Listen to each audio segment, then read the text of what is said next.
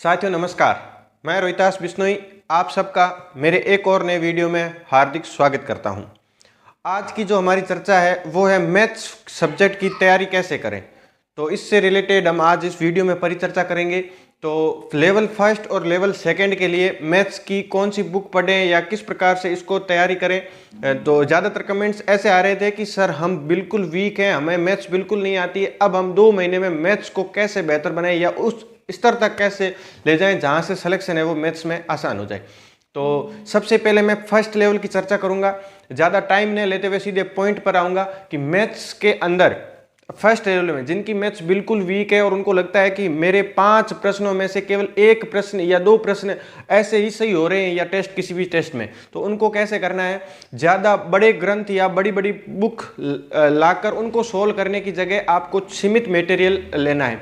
जैसे कुछ सोच रहे हैं कि सर हम इस मैथ्स को स्किप कर दें, उनके 5 ही प्रश्न आएंगे उसको स्किप कर दें। अगर आप ऐसा करते हैं कि इस मैथ्स को स्किप कर देते हैं और 5 प्रश्न बेसिक स्तर से बन जाते हैं और वो भी आपसे नहीं हो रहे हैं, तो बाकियों के लिए आसान है और वो कर पा रहे हैं, तो वहां से आप 10 नंबर पीछे रह सकते हैं। तो इस हिसाब से मुझे नहीं लगता है कि कोई भी पार्ट ऐसा है जिसको हम स्किप करके आगे चल सके।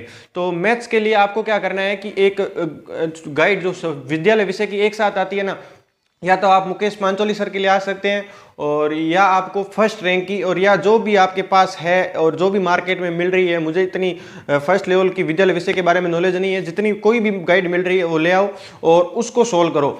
और उसमें ज़्यादा मैटर नहीं दे रखा है, जितने भी प्रश्न दे रखे हैं ना एग्जाम तक बार बार उन्हीं प्रश्नों को सोल्व करो, ताकि वो इतने स्ट्रांग हो जाए कि उनसे रिलेटेड या उसके आसपास के जितने भी प्रश्न बन रहे हैं वो वहाँ पर हम कर पाएँ। तो ज़्यादा बड़ी बड़ी प्रैक्टिस करने की बजाय आप वो गाइड लो।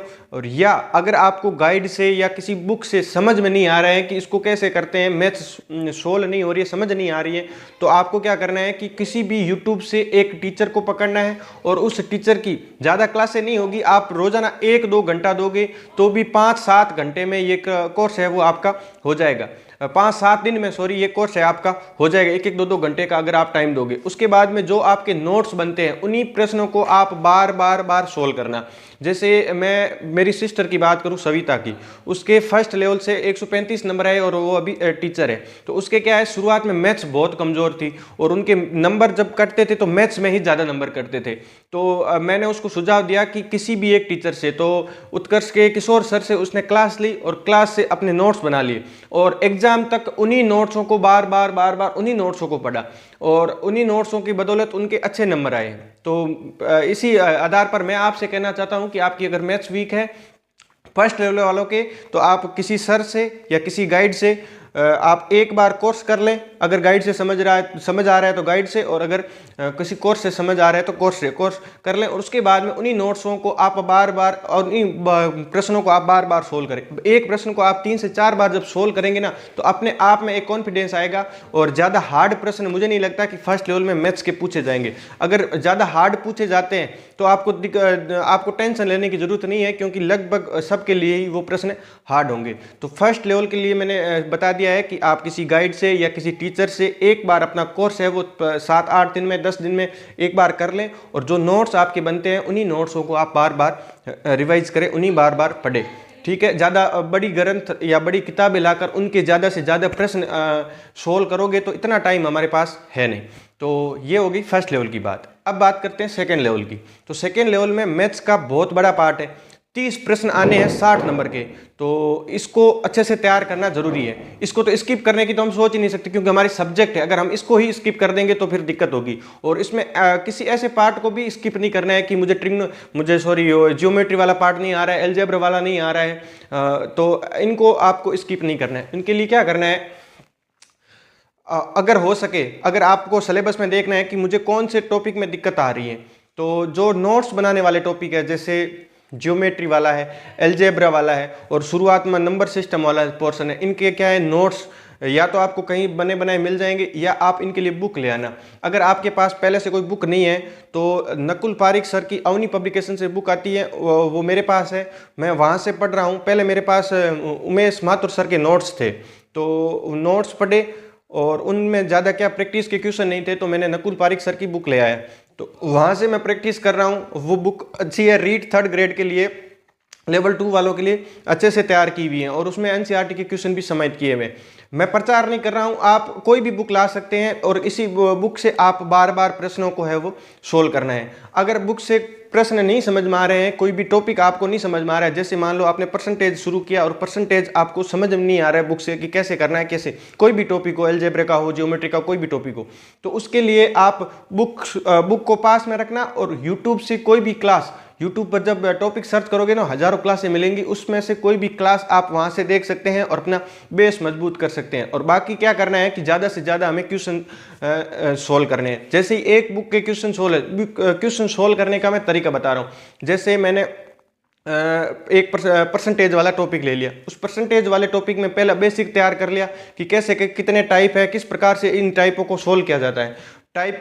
उसके बाद में जो भी बुक है आपके पास में, उस बुक से क्वेश्चन करने हैं, जो क्वेश्चन आसानी से हो रहे हैं उस पर टिक लगा देना है आसानी से। और आपको खुद को लग रहा है कि ये प्रश्न मैं जिंदगी में कभी गलत नहीं करूंगा, मुझे इतनी अच्छे से समझ में आया, उसको आप टिक कर लेना।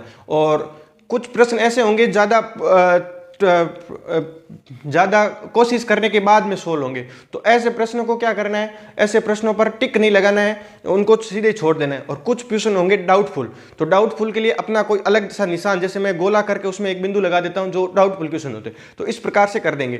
तो जब दोबारा रिवीजन करेंगे परसेंटेज का उसी बुक से, तो हमें टिक लगाए हुए क्वेश्चनों को नहीं करना है, क्योंकि वो हमें अच्छे से आते हैं। केवल अब उन्हीं प्रश्नों को करना है जिसमें हमें डाउट था या जिनको सोल्व करने में हमें थोड़ी सी दिक्कत हुई, तो उन्हीं प्रश्नों को करेंगे तो ज़्यादा जल्दी वो टॉपिक है वो तैयार हो जाएगा। तो अगर बहुत ज़्यादा कमज़ोर है, बुक से आपसे तैयार नहीं हो रहा है, तो मेरा मानना ये है कि 1-2 घंटा आप रोज़ मैथ्स को दो, शाम को, रात को, जब भी आपको टाइम मिलता है कि 1-2 घंटा मुझे रोज मैथ्स को देना है, क्योंकि हमारी सब्जेक्ट है और 60 नंबर के प्रश्न आएंगे, तो रोज मैथ्स को टाइम देना है 2 घंटे। और 2 घंटे में बुक से नहीं समझ में आ रहा है तो किसी टीचर से अपना बेस मजबूत करना है और उसके बाद में बहुत सारे क्वेश्चन है वो हमें सोल्व करने।